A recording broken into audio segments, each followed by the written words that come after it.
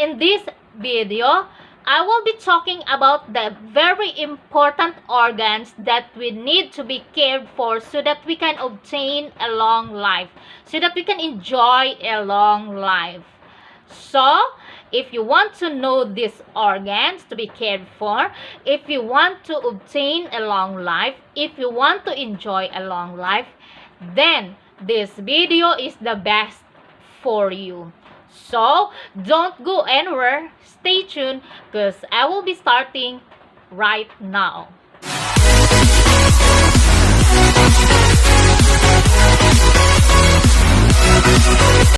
Hi, this is Miss Mia Yonson again. This channel is all about beauty and health with healing and meditation so that you can boost your confidence and spend more time with the people you love. So, if you're interested in beauty and health with healing and meditations, start subscribing here. Hit the notification bell so that you will not miss anything for my next videos. Last vlog, I talked about the brain and the gut connection, the brain and the gut relationship. Today, I will be talking about the most important organ in our body that we need to be cared for so that we can obtain and enjoy long life. So, watch until the end so that we will know which organ is this. First, we need to know oxygen. Oxygen is an air that we inhale through mouth and nose, passes through our respiratory systems, and pushes the blood through the brain. All cells in our body need oxygen to create energy efficiently. When the cells create energy, however, they make carbon dioxide. We can get oxygen by breathing the fresh air outside through the mouth and through our nose. And we remove carbon dioxide from the body by breathing out tail in the air. Having enough oxygen in the brain is crucial to the brain function and therefore to the body as well. So the brain requires a constant supply of oxygen and of glucose.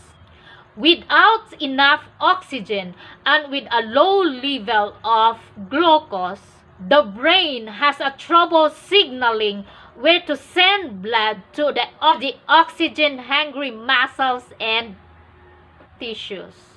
Because the brain uses about 25% of the oxygen intake in our body, so we need to supply the brain with enough oxygen to function it normally. So we need to supply a sufficient oxygen in our brain so that the brain will be having no trouble sending signals to the oxygen-hungry muscles and tissues. Now, we need to know where can we get oxygen and how it can reach the brain. We all know that oxygen is an air inhaled in the body through mouth and nose. And from the back of the mouth and nose, there is the throat or the pharynx, as the experts call that. And at the bottom of the pharynx, there is a pathway divided into two, which is for the food and for the air. That esophagus for the food and that epiglottis for the air. The epiglottis is a small flaps of tissue that is covering the air-only passage that keeping the food or the liquid to enter into the lungs. The larynx or the voice box is in the top of the air-only pipe. This short tube contains a pair of a vocal voice which vibrates to make sound. The trachea or the windpipe is the continuation of the airway below the larynx. And its bottom end, the trachea divided into two pathways, divided into the left and right tube, which is called as bronchi. And inside the lungs, the bronchi make branches into smaller, and it's called bronchioles.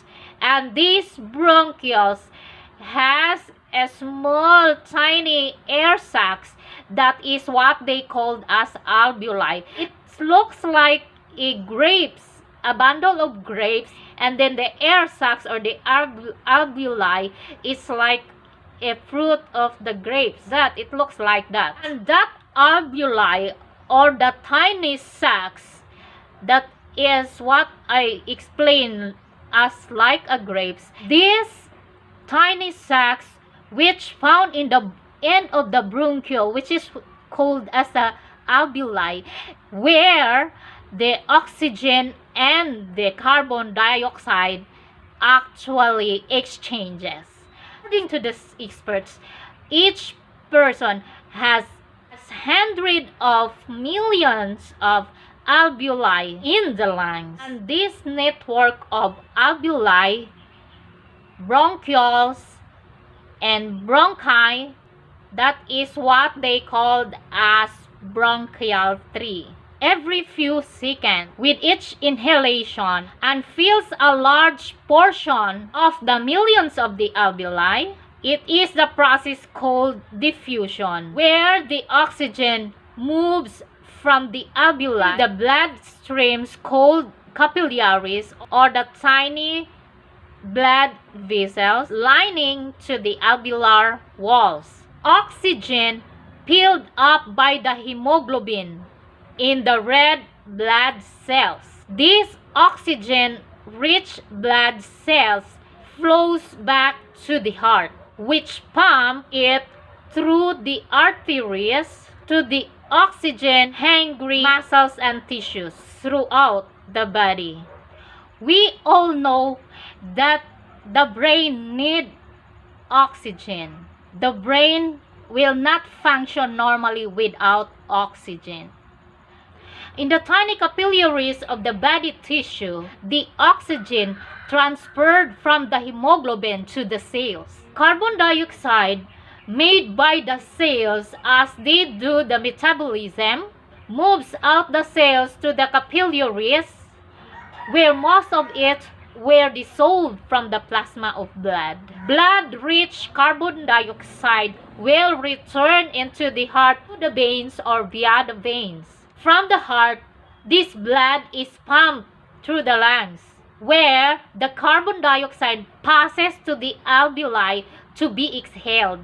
Carbon dioxide in our body is formed extracellularly as the result of the metabolism of the cells, or the byproduct of the metabolism, and it's transported into the bloodstream to the lungs, where it is ultimately removed from the body through exhalation. We all know that the brain needs oxygen. The brain will not function normally without oxygen.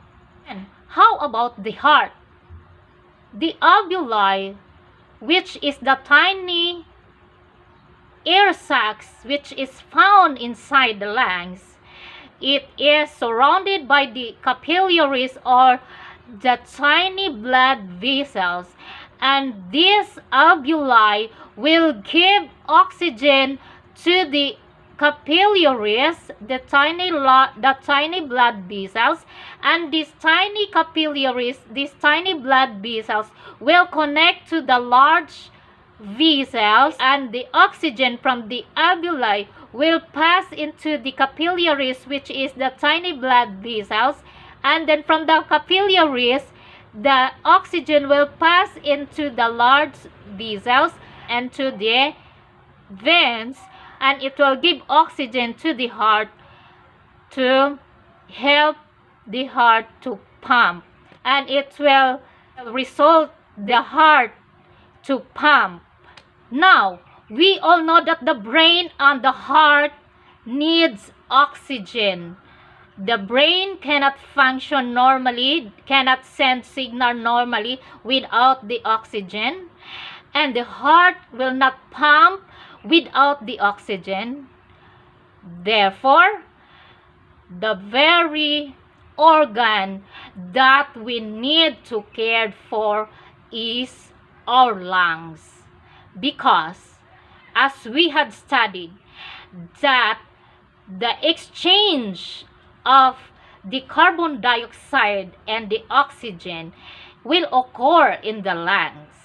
So we need to care the lungs, because without the lungs, the brain will not function, the heart will not function. So we all know that we need to care about our lungs, because without our lungs, we cannot supply oxygen. So we need to care about our lungs, because the oxygen and the carbon dioxide exchange occurs in the lungs. And then without the oxygen, the heart cannot function and the brain cannot function as well.